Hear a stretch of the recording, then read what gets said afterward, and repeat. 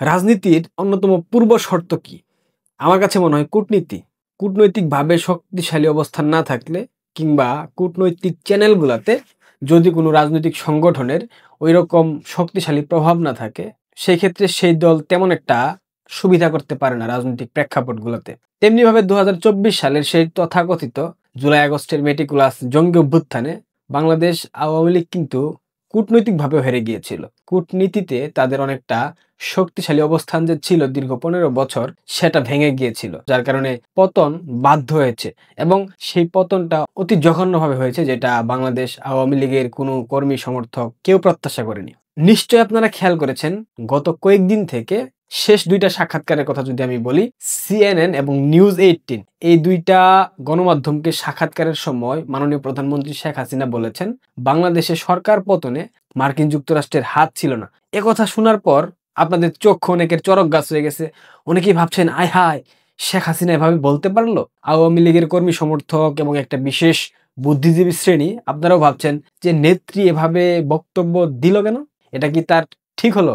অবশ্যই ঠিক হয়েছে। কূটনীতির ভাষা কি বলে? একটা দেশের সরকার প্রধান, যেহেতু প্রধানমন্ত্রী শেখ হাসিনা এখন পর্যন্ত বাংলাদেশের রানিং প্রধানমন্ত্রী, সংবিধান অনুসারে তিনি যেহেতু পদত্যাগ করেন নাই, সেই ক্ষেত্রে এখনো তিনি প্রধানমন্ত্রী এবং তিনি প্রধানমন্ত্রী থাকাকালীন অন্য একটা দেশের বিরুদ্ধে এইভাবে অভিযোগ আনতে পারেন না। এটা কূটনীতির ভাষার মধ্যে পড়ে না। যদি তিনি সরাসরি বলে দিতেন বাংলাদেশের সরকার পতনের পেছনে মার্কিন যুক্তরাষ্ট্রের একটা ভূমিকা ছিল, এটা কি কূটনীতির ভাষার মধ্যে পড়তো? এটা কিন্তু সরাসরি সত্য হিসেবে গণ্য হতো মার্কিন যুক্তরাষ্ট্র এবং বাংলাদেশের মধ্যেকার যে সম্পর্ক। এটা তো শেখ হাসিনার মতো বিচক্ষণ প্রজ্ঞাবান নেত্রী এটা করতে পারেন না। সেই জায়গা থেকে তিনি এভাবে বলেছেন, বাংলাদেশে সরকার পতনে মার্কিন যুক্তরাষ্ট্রের ভূমিকা ছিল না। অনেকটা অবাক হওয়ার কারণ আছে, কারণ তিনি আজ থেকে ২ বছর বা ৩ বছর পূর্বে বলেছিলেন, একটা পশ্চিমা শক্তি সাদা চামড়ার জাতি বাংলাদেশের সেন্ট মার্টিনে একটা বিমান ঘাঁটি করতে চায়, একটা সামরিক স্থাপনা করতে চায়, তাহলে আমার ক্ষমতায় থাকতে কোনো অসুবিধা নেই, আমি যতদিন ইচ্ছা ক্ষমতায় থাকতে পারবো। তিনি এও বলেছেন, আমরা আটলান্টিক পাড়ি দিয়ে ওইখানে যাব না। তিনি কিন্তু তখনও মার্কিন যুক্তরাষ্ট্রের নাম স্পেসিফিক ভাবে উল্লেখ করেন নাই এবং তারই ধারাবাহিকতায় দীর্ঘদিন তিনি নীরব ছিলেন ভারতবর্ষে। এরপর যখন তিনি কথা বলা শুরু করলেন, তাকে বিভিন্ন বিষয়ে জিজ্ঞাসা করা হচ্ছে, তখন তিনি অবিরত বলে যাচ্ছেন, দুইটা গণমাধ্যমে বলেই দিয়েছেন, বাংলাদেশে সরকার পতনে মার্কিন যুক্তরাষ্ট্রের ভূমিকা ছিল না। অথচ আমরা প্রত্যেকেই জানি বাংলাদেশে পাক মার্কিন চক্রান্তে একটা মেটিকুলাস অভ্যুত্থানের মধ্য দিয়ে শেখ হাসিনার পতন হয়েছে এবং সেইখানে CIA, ডিপ স্টেট, ISI সবাই সম্পৃক্ত ছিল। এটা আপনিও জানেন, আমিও জানি এবং আপনি বলতে পারেন, আমি বলতে পারি এবং আওয়ামী লীগের অনলাইন অ্যাক্টিভিস্ট যারা আছে তারাও বলতে পারে। কিন্তু দায়িত্বশীল জায়গায় থেকে এবং রানিং প্রধানমন্ত্রী থেকে একজন সরকার প্রধান, একজন প্রধানমন্ত্রী কিংবা ধরেন একজন রাষ্ট্রপতি, তিনি কিন্তু একথা কূটনীতির বাইরে গিয়ে বলতে পারেন না। এটা কিন্তু এক প্রকার সংবিধান অবমাননার শামিল।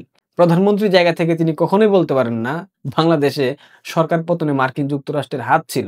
এখানে আরো ভূমিকা আছে, এখানে আরো খেলাধুলা চলতেছে। দেখেন, কূটনৈতিক মহলে আপনারা একটু যোগাযোগ করেন, আপনারা প্রেক্ষাপট বুঝার চেষ্টা করেন। বাংলাদেশ আওয়ামী লীগকে নিয়ে সকল গণমাধ্যমে নিউজ হইতেছে এবং প্রত্যেকটা গণমাধ্যম খুব উৎসাহ নিয়ে শেখ হাসিনার সাক্ষাৎকার নিচ্ছেন। এটা কিন্তু গত ১ বছরে আমরা দেখি নাই, যেখানে বাংলাদেশের সবগুলা গণমাধ্যমে শেখ হাসিনার সাক্ষাৎকার প্রকাশ করা, আওয়ামী লীগের সকল ধরনের তথ্য প্রকাশ করা বাধা। এক প্রকার হুঁশিয়ারি দিয়েছে বর্তমান অন্তর্বর্তীকালীন সরকার, যাতে কোনো গণমাধ্যম শেখ হাসিনার সাক্ষাৎকার কিংবা আওয়ামী লীগের কোনো কিছু প্রকাশ করতে না পারে। সেই জায়গায় আন্তর্জাতিক গণমাধ্যমগুলা খুব উৎসাহ নিয়ে শেখ হাসিনার সাক্ষাৎকার প্রকাশ করছে। শেখ হাসিনাকে বিশ্ব মিডিয়ায় তুলে ধরা হচ্ছে। এখানে কি আপনারা ভেবেছেন কূটনীতির কোনো খেলা নেই? এখানে কি ভারতের কোনো ভূমিকা নেই? এখানে মার্কিন যুক্তরাষ্ট্রের সাথে ভারতের হতেও তো পারে এরকম কোনো কথা হয়ে গেছে যে, যেহেতু বাংলাদেশে ডিপ স্টেট সরকার পতন করে একটা ফেঁসে গেছে, ধরতে গেলে তাদের মুখোশ উন্মোচিত হয়ে গেছে, ধরা খেয়ে গেছে। এখান থেকে বের হওয়ার জন্য তো তারা আবার পুনরায় বাংলাদেশকে ঠিকঠাক করার জন্য তারা শেখ হাসিনাকে প্রতিস্থাপন করতেই পারে। আমি বলছি না করবে, এটা আমি ব্যাখ্যা হিসেবে আপনাদের সামনে তুলে ধরলাম। বাংলাদেশে সরকার পতন হয়েছিল মার্কিন ডিপ স্টেটের সকল এজেন্ডাগুলো বাস্তবায়ন করার জন্য, কিন্তু সরকার পতনের পর যারা এই সরকার পতনে বাংলাদেশ স্টেক হোল্ডার, এরা কিন্তু নিজেদের মধ্যে নিজেরাই অভ্যুত্থান ঘটিয়ে ফেলেছে। একজন ভাবতেছে এটা ইসলামিক খেলাফত প্রতিষ্ঠা করবে, আরেকজন ভাবতেছে 10% কমিশনের অভয়ারণ্য বানাবে বাংলাদেশকে, আরেক দল ভাবতেছে ইসলামী শরিয়া আইন প্রতিষ্ঠা করবে। অর্থাৎ ডিপ স্টেটের যে চাহিদা ছিল বাংলাদেশের সরকার পতনের পর, ইউনূস একটা সেকুলার রাষ্ট্র বিনির্মাণ করবে, ইউনূস LGBTQ যে ব্যাপারটা আছে ওইটাকে সমর্থন করবে। অর্থাৎ ডিপ স্টেট যেটা চেয়েছিল ইউনূসের কাছ থেকে, ওইটা জামাত এবং বিএনপি এবং অন্যান্য শরিক যারা আছে এরা মিলে ভন্ডুল করে দিয়েছে।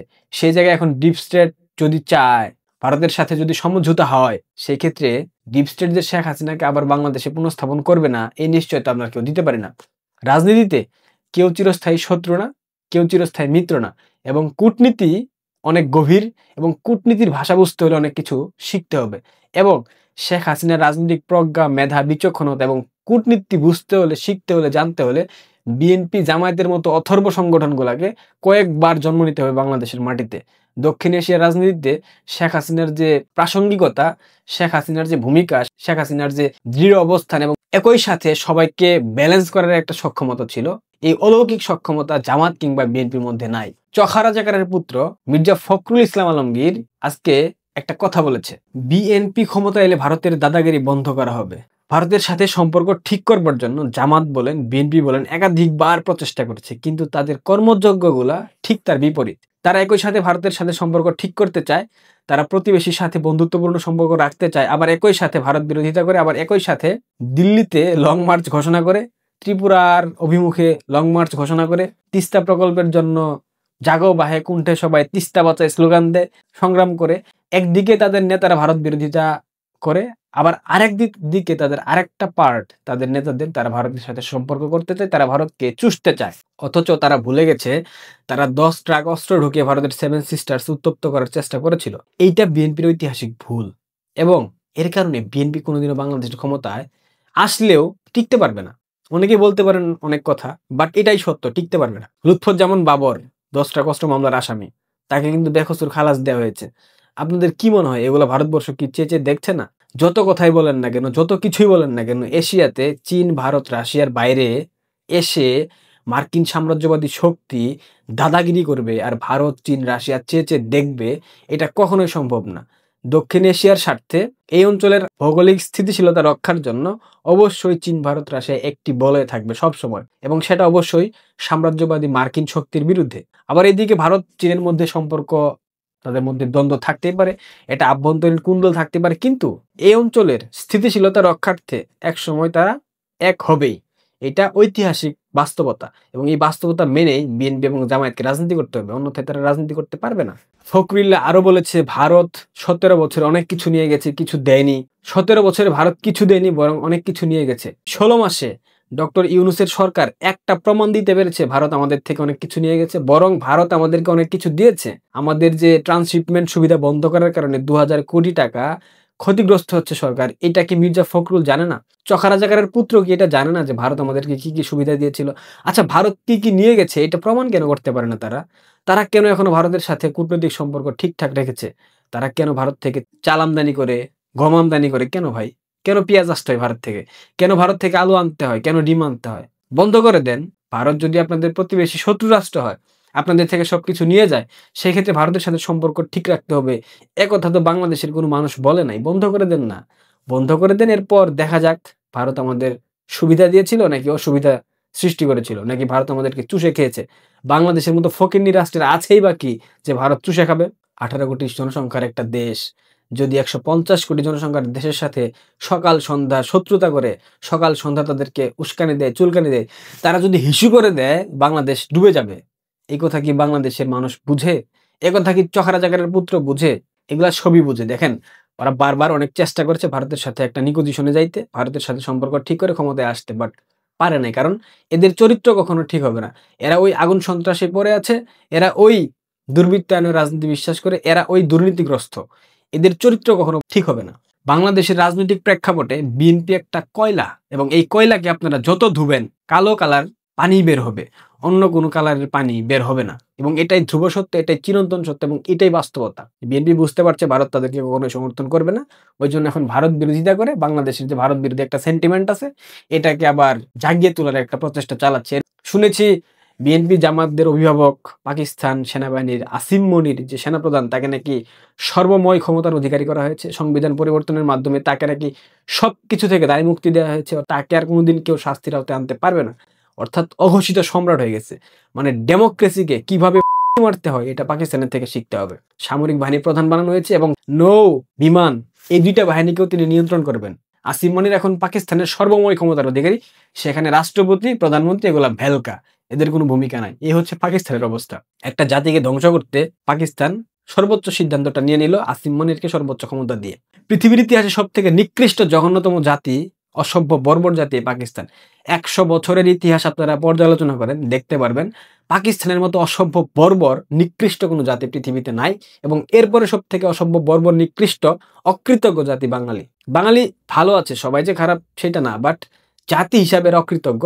যার কারণে যেই সরকার নারী ক্ষমতায়নে ভূমিকা রাখলো, দেশের ইনফ্রাস্ট্রাকচারাল উন্নয়ন করলো, দেশকে একটা স্থিতিশীল অবস্থার দিকে নিয়ে গেল, আগুন সন্ত্রাস থেকে গতিশীল একটা বাংলাদেশে রূপ দিল, যে দেশের অর্থনীতি তলাবিহীন ঝুড়ির মতো ছিল সেই দেশের অর্থনীতিকে এশিয়ার সব থেকে অগ্রগতি সম্পন্ন অর্থনীতিতে রূপান্তর করলো, যে দেশের জিডিপি প্রবৃদ্ধির হার ছিল এশিয়ার অন্যতম, সেই দেশটাকে 14 মাসের ব্যবধানে প্রতিনিয়ত ধর্ষণ করতে করতে করতে করতে একদম শেষ করে ফেলেছে। তারপরেও এই জাতির বিবেকের দণ্ড জাগ্রত হয় না। কদিন পর যখন পেটে ভাত পড়বে না, যখন খাবার টাকা থাকবে না, তখন বুঝবেন স্বাধীনতা এবং সার্বভৌমত্ব কি জিনিস।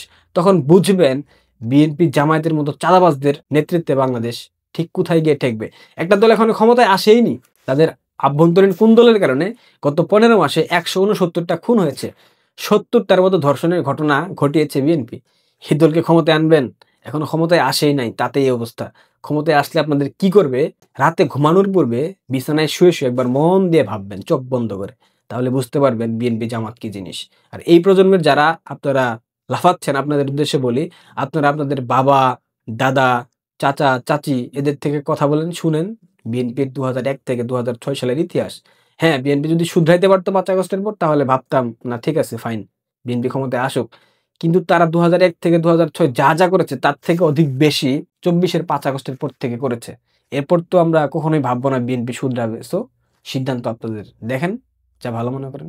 আর শেখ হাসিনার কূটনীতি বুঝতে হইলে বিএনপি জামায়াতকে আরো 101 বার বাংলাদেশে জন্ম নিতে হবে, এবং সেই কূটনীতি দিয়ে তিনি কি খেলাটা খেলবেন, তিনি কি বাজিমাত করবেন, তার কাছে যে সবাই ধরাশায়ী হবে, সেটা অতি শীঘ্রই আপনারা দেখতে পারবেন। ভালো থাকবেন, ধন্যবাদ।